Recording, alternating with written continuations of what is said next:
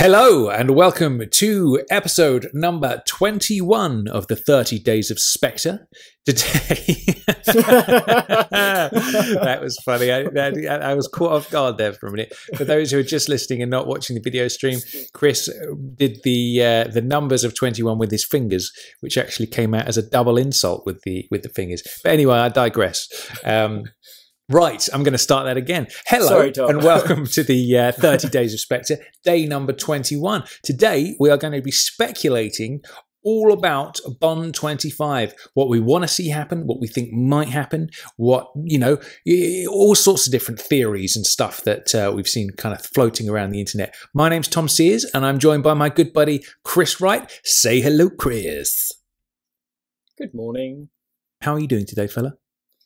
I'm all right. I'm looking forward to a bit of Bond speculation. I know it's funny because I think there are so many theories being, talked about and everything like this, that there's always going to be something else that someone will pick up on, which you hadn't thought about. And you're like, oh, I wonder what happens, if that went down. So hopefully there'll be a few new ones that we think of while we're chatting about it. But so much can happen. Absolutely. Which is pretty damn good. Good stuff. So, before we get cracking, make sure you come and join us on the social medias. Come over to facebook.com, put James Bond Radio into the search box and you'll find us. Same on Twitter, it's just at James Bond Radio. Come and subscribe to our YouTube channel where Chris sometimes posts videos of recipes that he likes to make of a morning. From pancakes all the way through to baked goods and things like that, which is really nice. Bond-themed goodness. And then, obviously, you can come over to jamesbondradio.com. You can leave us a voicemail. You can leave us one of your 90-second 30 Days of Spectre reviews, which is very important. We're going to do an episode where the whole listener base takes over, sends in all their 90-second reviews, and we're going to stitch them together back to back and see what the people think. Also, now this is a bit of a challenge. If you think, oh, I'll just leave it to someone else. No, get your say. We want to hear what you think. Make sure you put your thing, your 90-second thing. And it's a challenge. It's not easy to try and get as much as you can and what you think, what your thoughts are of the film in 90 seconds. So this is a challenge to all you out there. And it'll be great to hear what we get back. Absolutely, yeah. We've had a good few come in so far, but we want to have a good cross section. Obviously, we're very positive on Spectre. We love this movie, but we want to hear what everybody else thinks. Even if it's not so good, let's hear it. But again, we want constructive kind of reviews, not just sort of like Spectre's rubbish and then hang up. Not looking for that because that's a bit silly. But stuff that's going to inspire conversation and all that kind of stuff. So send us your 90-second reviews through the website. You'll see a big button on the right-hand side that says leave us a voicemail when you go to jamesbondradio.com. So look out for that and get involved. And last but not least, on the little early kind of stage roundup of the social medias, if you wouldn't mind coming to our iTunes page, again, just put James Bond Radio into the search box and leaving us a lovely glowing 5-star review. That really helps us rank higher in the searches and attract more listeners, which is lovely. Now, before we talk Bond 25, I just want to give another little shout out to good old Brett Spencer, all the way from Down Under. He's been helping us out with all the really cool graphics for each episode that we're releasing. They look rad. They do look rad, so yeah. Good. I think once Barbara finally stumbles across jamesbondradio.com and sees the two figures of us, she's going to be like, hold on a minute, right?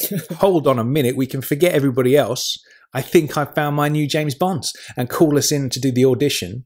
And then she'll say, probably, it wasn't even close. Tom is definitely the one to choose. But Chris was, it was worth seeing him. Well, what about if there's two and one's called James and one's called Bond? I like that. And then it's split into two. Like a Man from U.N.C.L.E. in the 00 world. Yeah, that might be nice. Exactly. So yeah, shout out to Brett. Thanks for all your hard work, buddy. Very, very nice. Of course, if you need a graphic designer, get in touch with him at brett@brettspencer.com. Because he's bloody good, and he's also a proud owner of a pale blue, baby blue terry cloth onesie as well. So that's the sort of caliber of a man we're talking about here. Next level stuff, definitely. Excellent. Well, I haven't actually seen a photo of that, so maybe we should get that on Facebook at some point. Absolutely, yeah. Go on then, Brett. Post it on the page for us. That'll be good. And the other thing we'd just like to say is thanks for everyone who's donated so far. I've now been able to afford one shoe, so I can. So that's been really helpful. Cheers for everyone. And and for everyone that would like to donate, if you just go to our website and then the donate button's just on the sort of the top of the page on the right there, and it really is appreciated. And November's been a busy month, shall we say? Absolutely, yeah. Just a few shout outs to the donators so far. Over the last couple of days, we've had donation from Eric Nunez, we've had Kevin Sweat, we've had Jeff Silence, we've had Bjorn Magnuson, Thomas Barwick, and Dan Gale send donations in. So thank you so much for that, because obviously, like we say, JBR does take a lot of time and energy to produce. So that really does help us out. And, at the moment, Chris is hopping to work one-legged. Hopefully soon he'll be able to go with double feet. That would be nice. Well, I found a really old roller skate in the basement, and I think it was girls because it's pink with tassels. So I'm going 1 foot roller skate, 1 foot roller skate. So it's not too bad. I'm getting around. Very nice. So good stuff. Right. Impressive stuff. Once you've got your pair of shoes, I think what we should do is just blow it all on hookers, basically. That would be nice. Just as a little treat for us now and then. We could do it like Zukowski, where you got one on each knee feeding them caviar. That would be nice. Nina and Varushka. Yeah, very nice. Cool. So let's talk Bond 25 speculation then, Chris. So I'm going to let you kick things off today. Where are you on the whole Bond 25 scale of what you want to see and what you don't want to see? Okay, I'm going to start with something that I mentioned to you a few days ago. Now, this was from a link sent by JBR listener Joey Lipter. And I hadn't thought of it before, and I thought, now this is extremely interesting. And loads of people would love this idea if it happened. Loads of people would probably pull their hair out. But I think it will never happen. But I still would potentially like to see it. Okay, so do you remember when I asked you? In fact, we'll just do it again. So where was Bond at the end of Spectre? Where was Bond at the end of Spectre? Oh, yes. He was on Westminster Bridge in front of the Houses of Parliament. And where was he after that? What about the very end? He goes to CQ, gets his DB5, and then he drives off into the heart of London on his way to an unknown destination. Okay. So now what if I told you that at the end of Spectre, Bond was still in the torture chair? I would say, what do you mean, Chris? Please explain. I would say that Blofeld has already mentioned that if he drills into his head, his memory would go and he'd probably be incapacitated somehow.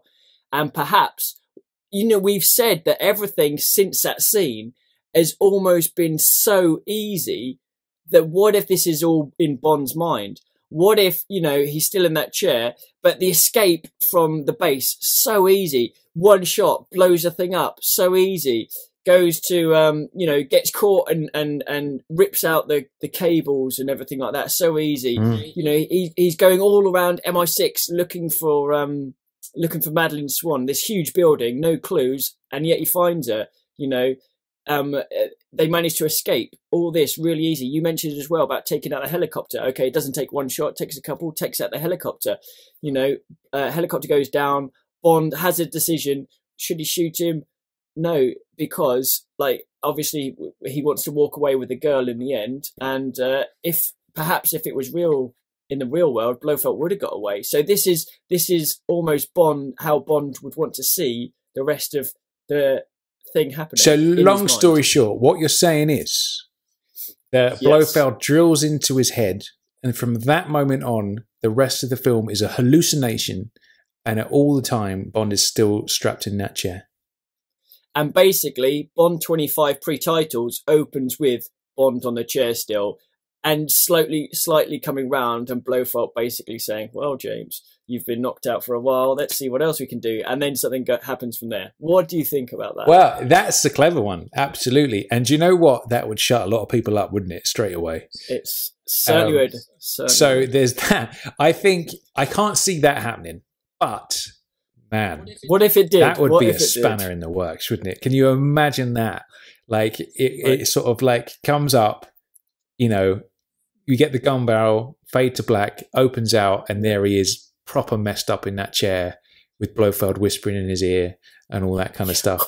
That would be really, really, that would be like a whoa moment. That really would. And I Yeah. think what that would do is, like we said about the whole thing of everybody knew he was Blofeld, so why the pretense? That would just shut everybody up immediately, wouldn't it? And he'd be like, fuck, I did not see that coming. That would be good. I kind of, yeah, I mean, that would be like a total reverse, like, from the lighter-hearted Bond. You'd have to go super dark again for that, wouldn't you? You'd have to go, you know, back to like Quantum, Skyfall, Casino, and go back to that vibe and see Bond proper messed up again. Maybe that was their way of giving themselves an option, depending on how people reacted to the lighter film. Yeah. And if there is a worse reaction, they go with that. And then, like you said, maybe the next one is then a bit darker. Yeah. You know what? The more I think of it, it's ludicrous. It is outrageous. But just imagine the reaction. Yeah. And like, it would, you know, for some people, we've said before, a lot of people, the trouble with this film is the final third. And this would just wipe that slate clean. And, you know, if you see Bond really fucked up in the chair, really screwed up, you know, blood everywhere, whatever, it would be. I'm actually really keen. If it happened, I would absolutely adore it. I can't see it ever happening, but it's just one of those potential theories where I mean, imagine if the writers, do you think they'd ever have the balls to do something like that? I suppose they must do, because they've had the balls to do loads of sort of crazy things. I think it would be an interesting one for sure. And I think it would inspire a lot of conversation. Imagine the press getting their teeth around that one and all the rest of it. And I think with the American reviews that came out slating it so badly, I feel like they would then come back with humble pie. No, I don't think they would actually. No. I think they would twist it around and be like, oh yeah, they listened to our reviews, they knew they fucked it up, so that's their way of pulling it back around. Right. Yeah, I don't think that would happen in a million years. I don't think they would actually do it, but if they did, I would be like, whoa, man. Because I tell you what I like to see, right? I like to see two things. I like to see it when they're brave enough. Side boob? Side boob is definitely in there. I wasn't thinking along those lines, but yes. Right. I put myself off my concentration now. You mentioned boobs and my entire train of thought has just gone out the window. What I like to see is they're messing with the formula, stage one, right? So that's why Casino was so important, because it messed with the formula. It was like, whoa, this is so different. I love it when that happens. And I love it when things don't sort of go as you can't read the film. It's like you don't quite know what's going to happen next. You know, I love it when they do that kind of stuff. On the other side of that same coin, I do love seeing classic Bond.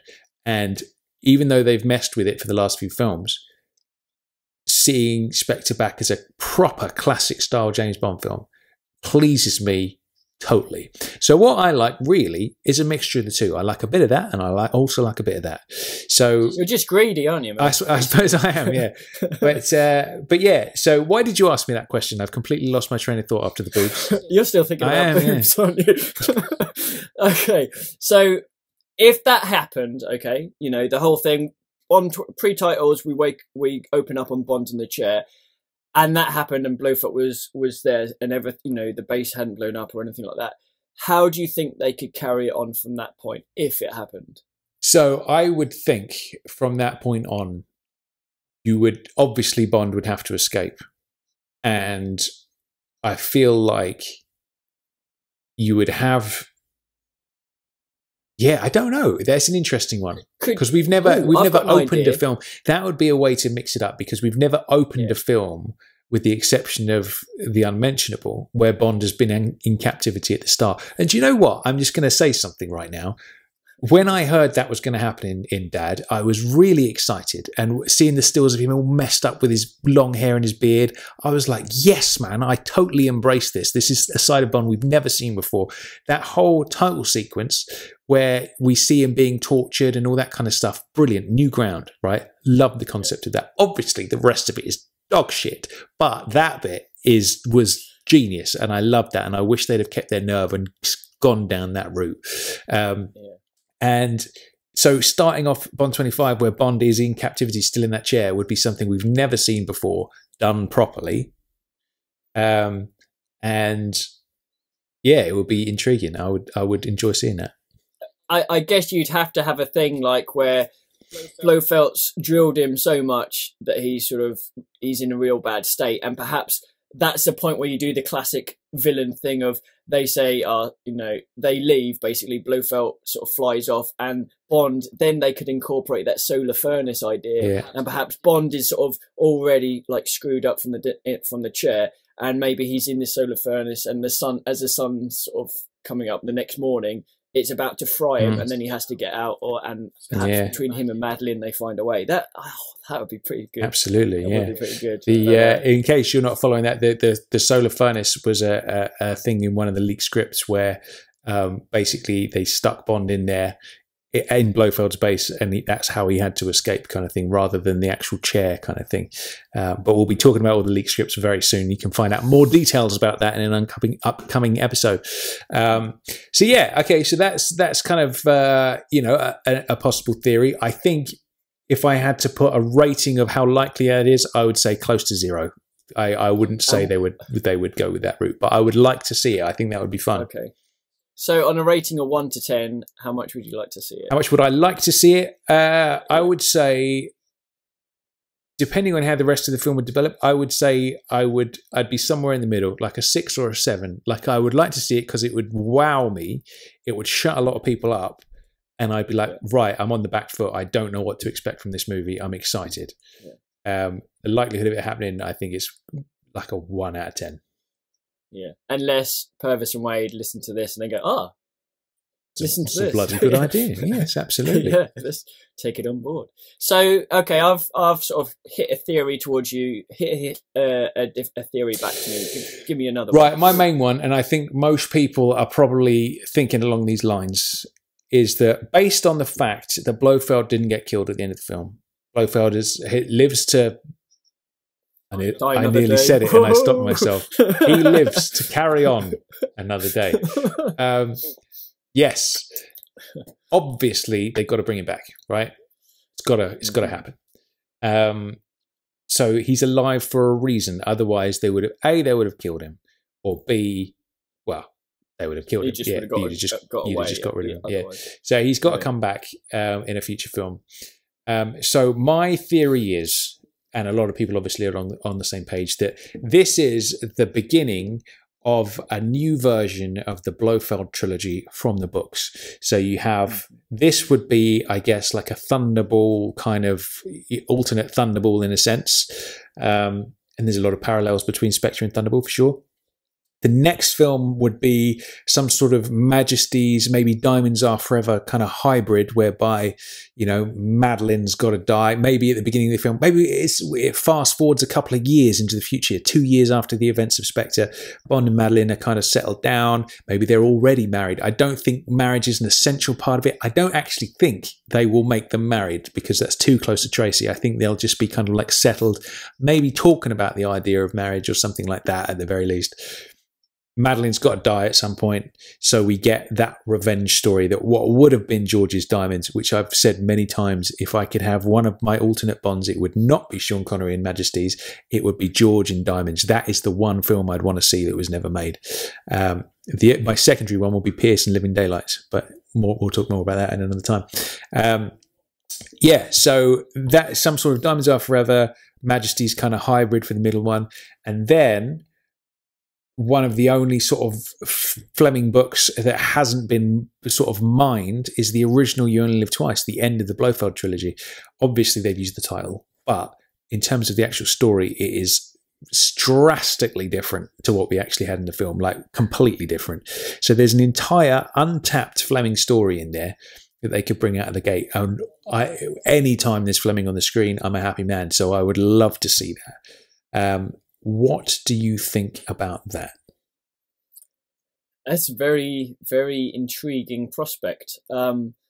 So if we went with that sort of trilogy thing, so we've seen 1, so 2, you're saying a Majesty's type thing. So Swan could die at the start, perhaps in the middle, perhaps even at the end. Of the film. We do know they like to recycle ideas they've had in the past. In not recycle, but like an idea will crop up that they were going to use for film A, and then they end up using it 10 years later in film B, for example. Yeah.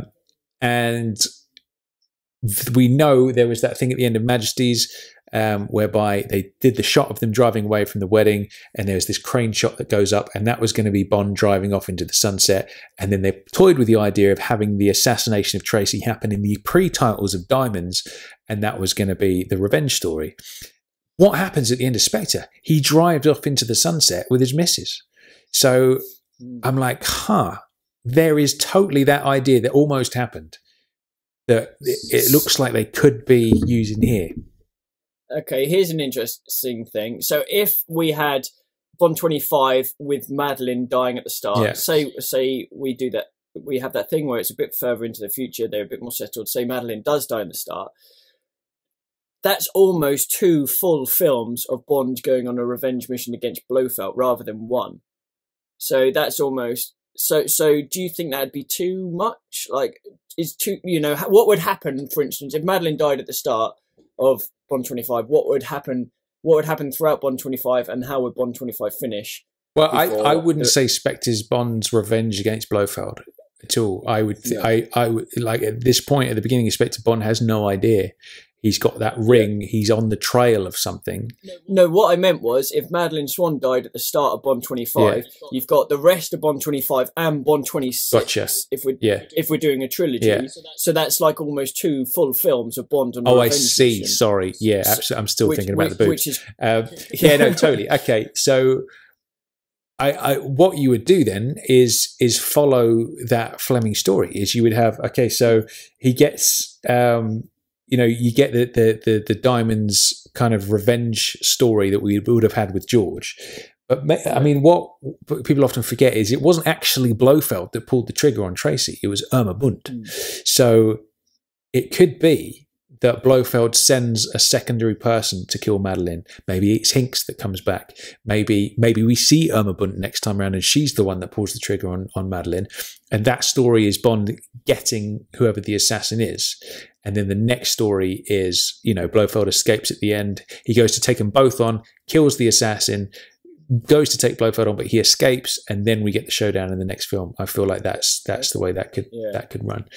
And I feel like that to me is like, because at the end of the day, all the Daniel films in our linked, we've had 4 movies that are this one story arc that's been sewn together. And I feel like the fact that Blofeld's alive tells us that's going to continue. We're going to continue on that story. And at the end of the day, man, Blofeld back after like a God knows how many years gap. It's such a big deal. They need to, for me, this film was like Blofeld Begins. Do you know what I mean? And it's like the next one will be The Dark Knight. And then the one after that will be, The Dark Knight Rises, Blofeld Rises. Do you know what I mean? Yeah. And if they did that, I would be over the moon. I would love that. I really would. Because at the end of the day, we've never seen the original You Only Live Twice story on screen. It's a weird one. You've got Blofeld's Garden of Death. He's like, he's changed his name to Dr. Shatterhand, which is obviously what you would call the film. You would call it Shatterhand. It would have to be that. And that's how you get over the fact that it's You Only Live Twice, but we've already had that title. You would call it Shatterhand. And he's holed up in a Japanese castle, and he's got his garden of death with all these poisonous kind of plants and stuff like that in there.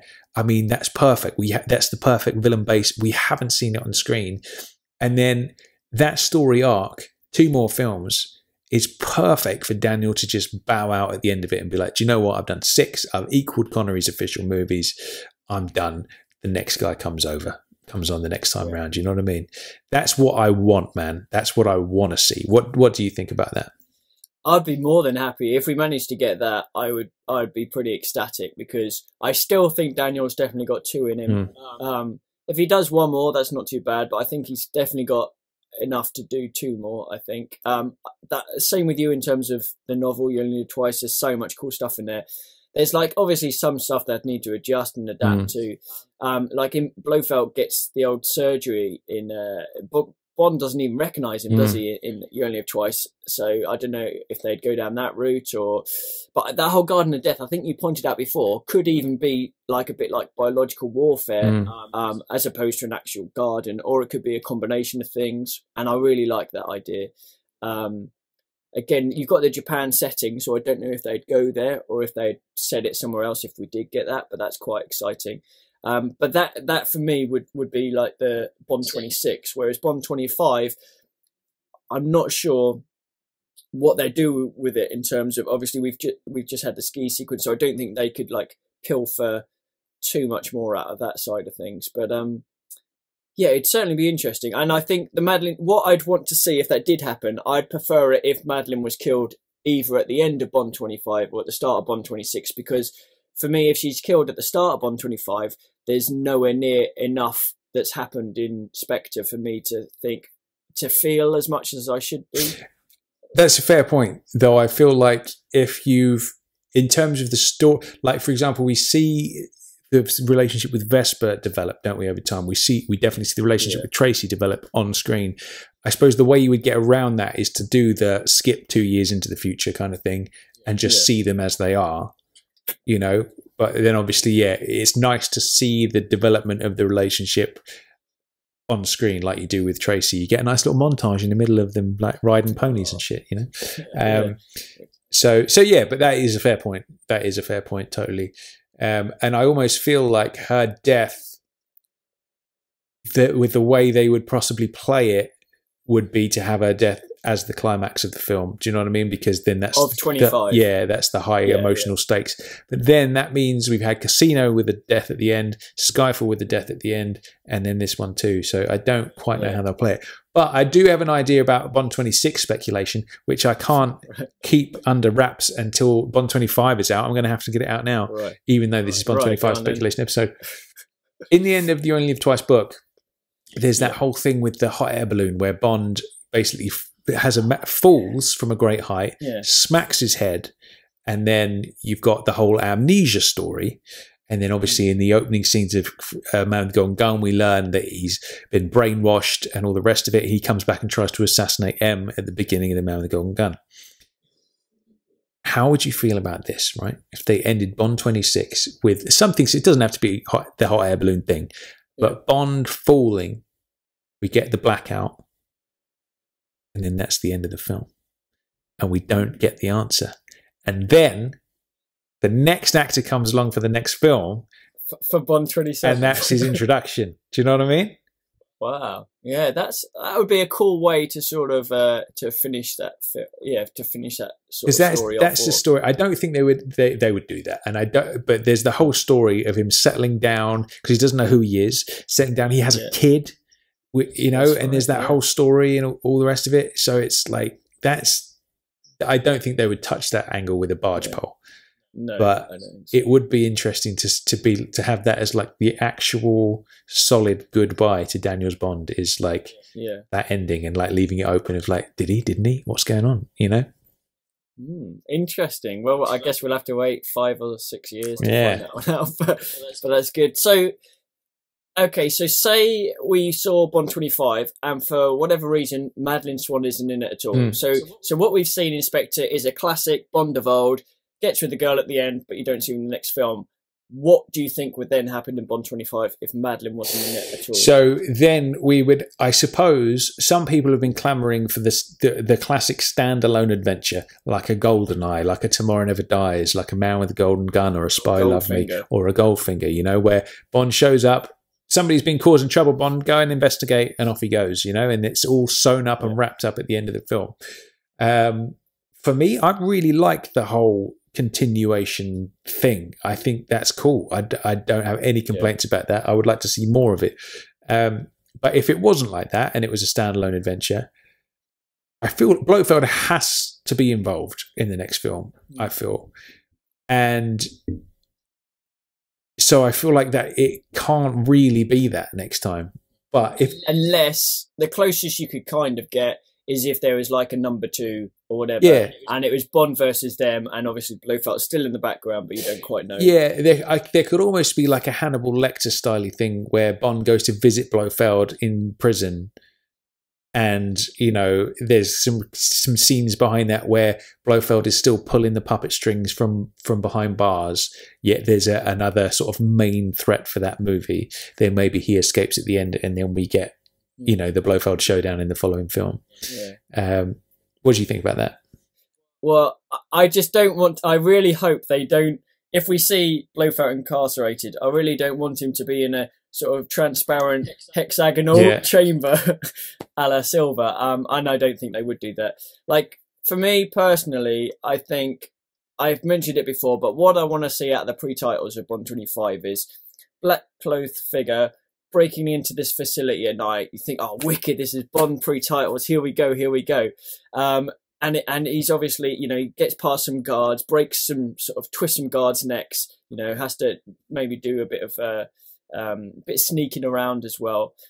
And then you know, the way it's photographed, you think it's Bond, but then at one point, you suddenly realise this isn't Bond purely because of the stature of the guy, or we see what his aim is, and that's basically to rescue Blofeld.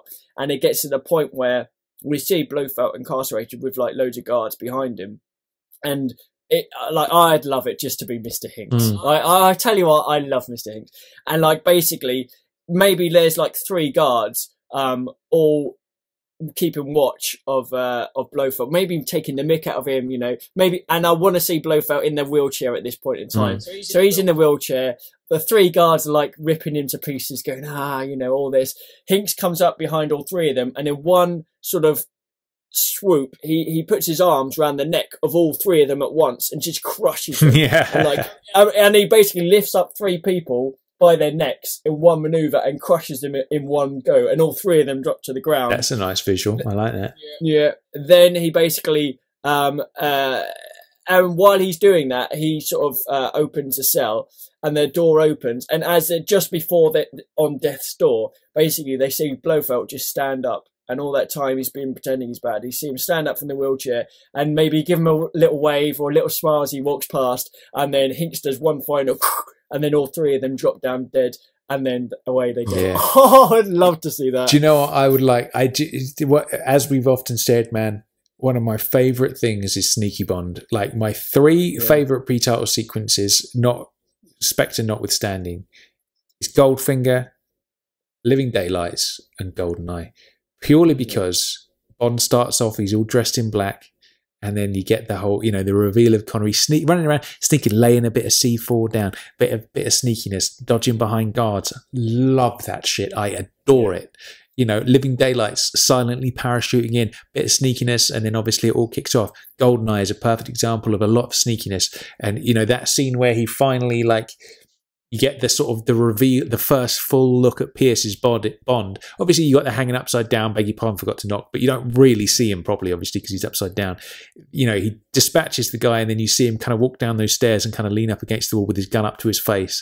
That's like the first time you see Bond in all this fucking glory with this new dude, and there's all that sneaking around.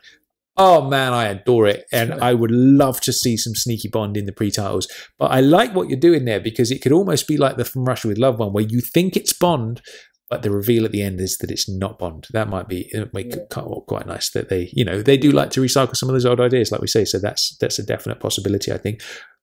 At the end of the day, Blofeld has to escape at some point, so you know, I'm sure there's going to be a scene like that, and also. When you consider the last few films, we have people everywhere.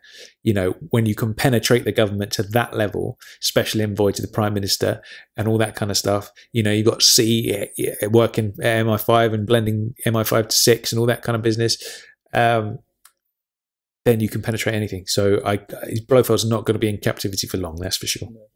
Would you like to see Guy Haines come back, or something at least referring to him? Or I think he's probably old news at this point, but... Yeah, I would. That would be nice. I would anything to tie in with that. I would love to. I would love to see that. Now, I think whether that will in terms of the likelihood of those kind of few ideas we've laid out, and obviously some of those are what people have been putting on the social medias and all that kind of stuff. What do you think is the most likely one to happen? Well, there's still a few more we can go through. Oh, all right. Lay it on me.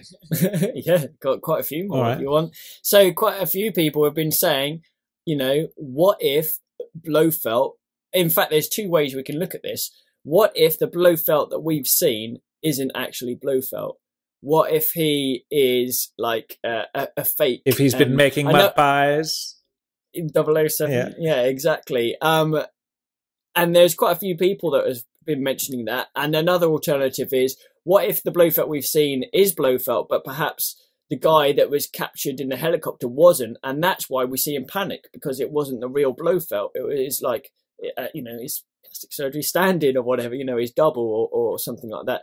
I know that's sort of very Diamonds Are Forever-esque. But what do you think about that? The fact that either the real Blofeld we see early on in the film, but the one at the end is a different person. I mean, that's kind of a stretch. Or the person who's saying he's Blofeld all along isn't, and it's someone else, and he's using the name. Well, in fact, Bond wouldn't know that name, would he? Yeah. So I don't know. What do you think about that side of things? It's hard for me to try and work out how that would work. But do you see that being a possibility or anything like that? I think, yeah, there's obviously a definite Diamonds nod, which would make me smile because of that.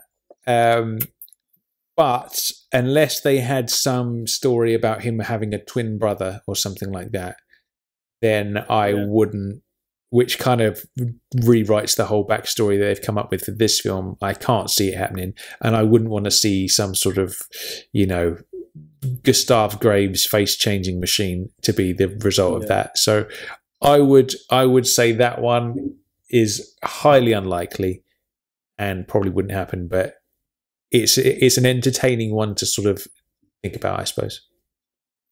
Okay, well, let's have a look at certain characters and see what we think they'll be doing in Bond 25, or what we'd like to see. All right. Okay, so let's start with the MI6 crew. What do you want to see out of those? I want to see M being, well, we've seen him being angry, right, at the beginning of this film, and that's filled that need for me. I've wanted to see Bond be chewed out by a male M for years now, and we got that. And so I'm all right on that side. I don't need him to be angry at Bond next time. What I would like to see from M is I would like to see a scene similar to Thunderball, whereby somebody's, when he says, well, it's absolutely impossible. And then M goes, well, if 007 says he saw him, it's enough for me to investigate. That's the sort of thing I want to see that M back, where he's sticking up for Bond and all the rest of it. Maybe a bit of disapproval at Bond's way of life. That might be nice, of, too much of the old cognac or whatever. Too many ladies on the go. That would be nice. I would like to see M be a bit more crusty, a bit more of the Winston Churchill in him. Do you know what I mean? I would like to see that. What do you think? Yeah, well, I'd love, with M, I think that whole respect thing would be great, because we have seen the angry side, like you said. I definitely want to see, I'd be happy if post pre-titles we went back to the M scene, maybe with a Money Penny scene before that. In terms of M being in the field, I think I would like to see M watch Bond do something that he doesn't expect, or that he's sort of, he sort of respects Bond after seeing Bond do something. I don't know quite how that would work. Maybe because he has been in the field, he has seen Bond sort of, shoot a few people and stuff like that, hasn't he, in the inquiry? Do you know what, actually? Do you know what? Something has just come to mind that I really love about Spectre, right? Yeah. Which is M-related, which is that scene when he starts talking about the license not to kill and all that kind of stuff. I love the way he looks Denby in the eye and goes, have you ever had to kill a man, Max? And then, talking about having to be absolutely sure when you pull the trigger and all that kind of stuff. That's coming from a man who's had to do that in the past. And you know what? I love that moment, because you haven't got this pen pusher M sitting behind the desk who's just, barking orders at Bond and not really having tasted that life himself. This is an M who we know, who's, special forces, SAS style. He's been through that life and he understands it, and has he's obviously got a respect for what Bond has to do in the field. That's why he obviously sticks up for the 00 section, is because he knows how essential that is. I love that scene. No, that's brilliant. And funny enough, that just got me thinking about, you mentioned about the man with the golden gun with brainwash Bond goes to kill him. Yeah. Do you think we'd ever see that scene in film? Or if not, perhaps, would we ever see a scene where someone goes to M's office to kill him, and basically opens the door, gets a gun out, and goes to shoot, and basically M presses a button and a bulletproof screen rises up from the middle of his desk, and it hits that, and he's behind it, and then obviously gets his own gun. Do you think we'd ever see something like that, and would you like to see something like that? I would love to see all the Fleming stuff at some point put onto the screen, so I would be very excited for that. I think... What about Bond being brainwashed? It would be very tough. Again, they would have to be extremely brave to do that. Because it's, again, we won't have seen anything like that before. It's potentially showing Bond being weak, which doesn't really happen. So go on, you've had an idea there, haven't you? No, I was just thinking, what if, I don't know if you could do it this end, but what if, I mean, this is something that the whole Mendes type thing would love, because they love the whole backstory. What if Bond found out that, you know, M was responsible for something in the past, and he had someone on the inside, maybe if you wanted Tanner to be bad or someone like that, who was basically drip feeding Bond dodgy stuff that M has been doing or has done, to try and like brainwash in that way. So rather than actually physically, you know, put him in a brainwash machine or whatever. I want to see what that machine looks like. I imagine it would be like the helmet Doc Brown wears in Back to the Future. Yeah. No, it's just a normal washing machine that you put your brain in and then set it to spin and then put it back in, and it's fine. But yeah, so like, and maybe, you know, manipulating Bond almost. A bit like Bond does to Sanchez. You know how he convinces Sanchez that everyone in his scheme isn't loyal. Very clever. I like do you think anyone could... Oh, I love that bit, yeah. Do you think anyone could potentially do that to Bond against M? You can't really see it with this Craig and this M, can you? It would be... I feel like you can't really show Bond in that sort of situation, because it's him being weak, and it's not, you know... You can see him being emotionally affected by stuff, but I feel like him actually being taken for a fool like that would be a bit much, really. I don't think you could really pull that off on screen. Maybe it depends on how they do it, I suppose, at the end of the day. But yeah, I would love to see that whole scene with M trying to kill him and all that kind of business. I feel like that would be great. But yeah, for M coming back, I want to see more crustiness. I want to see some of that respect for M. I want to hear a little bit more, you know, not so much of him running around in the field. I want to see a little bit more of him, you know, hinting at his past and what he's had to do, you know, and obviously you get the respect for the man from that, from, you know, what he's seen over the years. That's what I want to see.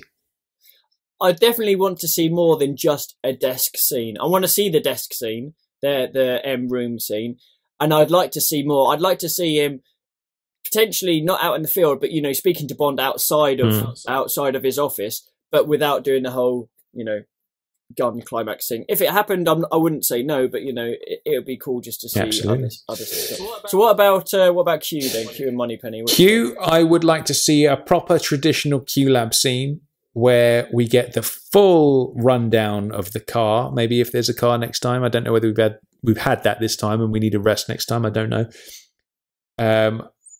Motorbike, maybe. You know, maybe, but I would like that. Probably not Q in the field this time, because we've seen that happen.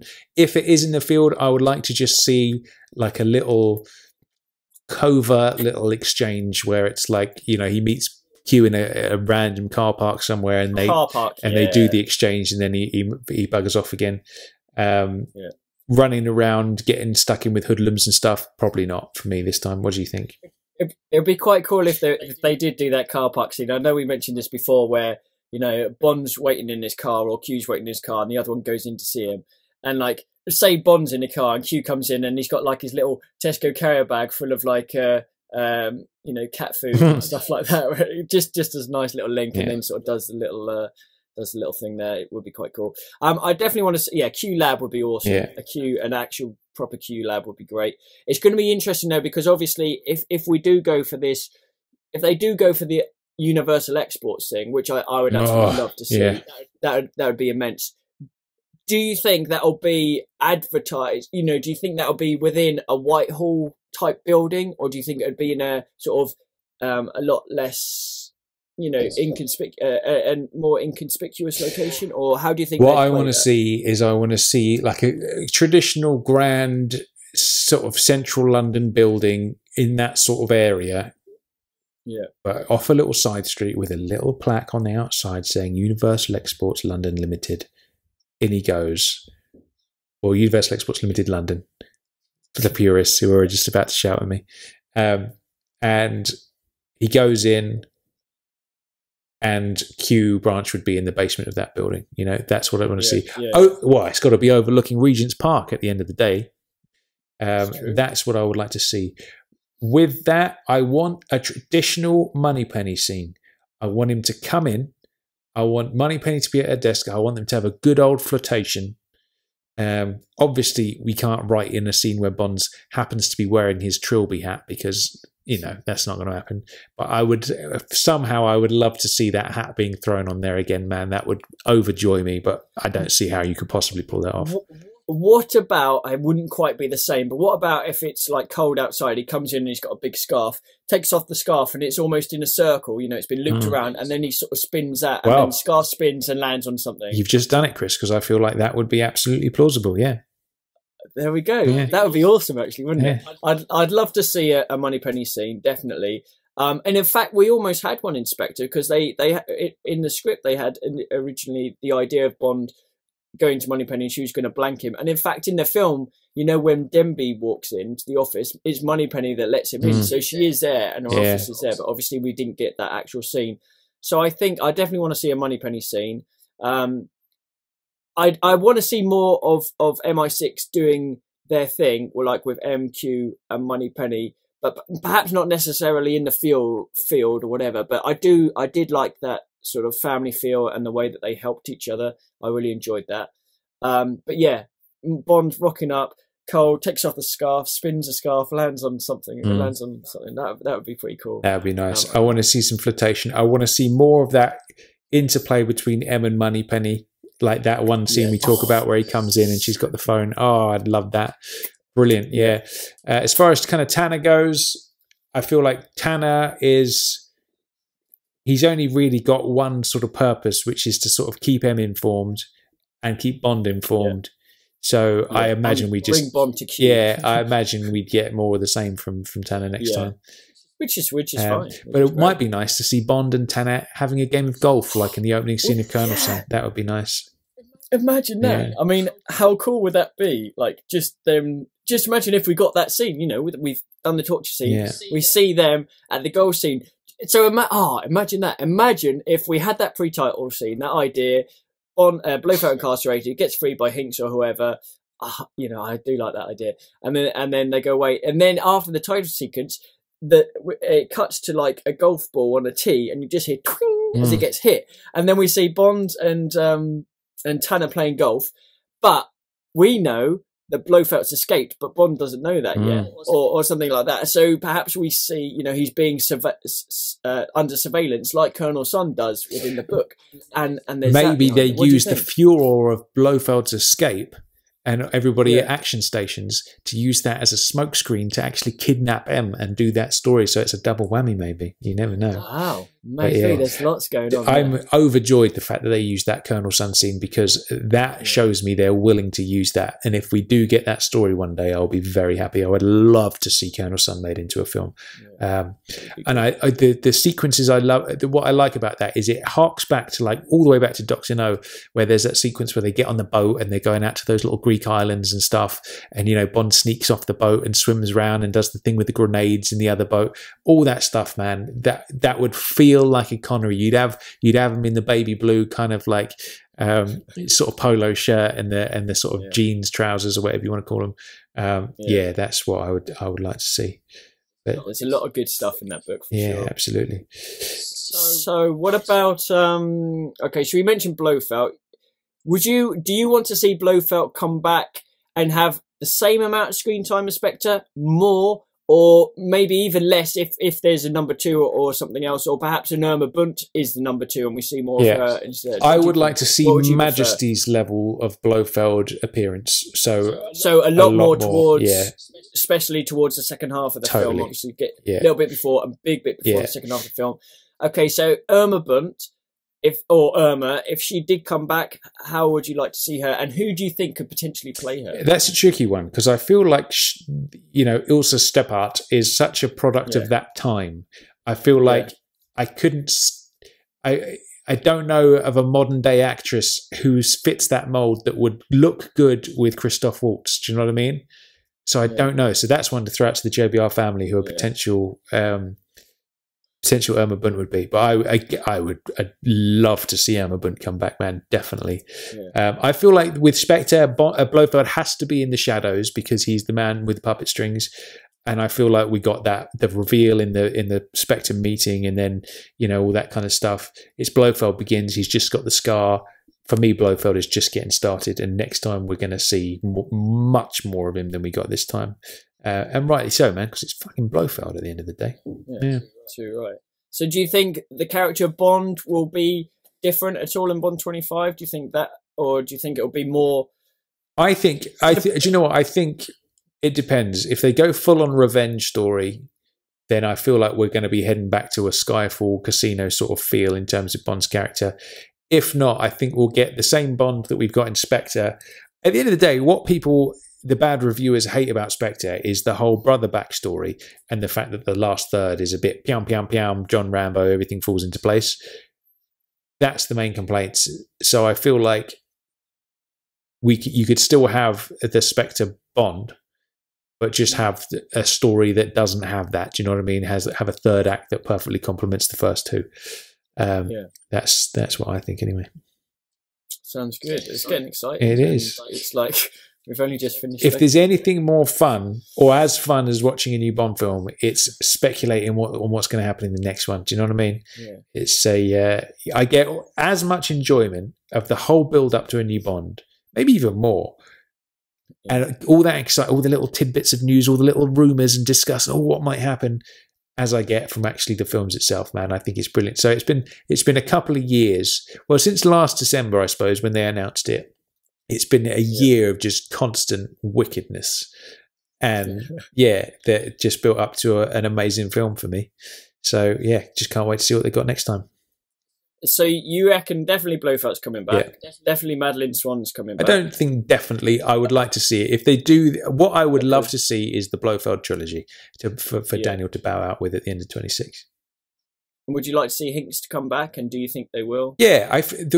My only thought about that is the whole press events with these films are such a big event where if you're essentially just rolling out the same cast, you got Madeleine back, you got Hinks back, and you got Blofeld back, that's not really a huge surprise event, is it? Do you know what I mean? It's like it's rocking out the same crew you had last time, which get like Tilda Swinton for Irma Bunt. Oh, like you've only gone and done it, Chris. Yeah. Well, I've heard the name before, but she's a great actress. She can play evil really, really well. But she's a totally different look to That's a bloody good call, man. Yeah, that makes a lot of sense. Someone along those lines. Maybe. Yeah, that would be good. But again, obviously, if that character's in, then you've got a new one. Yeah. But it'll be interesting. It's ages away. Isn't it? What are we going to do? We just need to hurry time up, man. What are we going to talk about for 2 years, 3 years? I know. Crazy. But there we go. Okie dokie then. So that about rounds out today's episode of the 30 Days of Spectre. We're going to be back tomorrow as per usual. Until then, I've been Tom Sears. I've been Chris Wright. And James Bond Radio will return first thing in the morning. We'll see you then. See you tomorrow, everyone. Bye.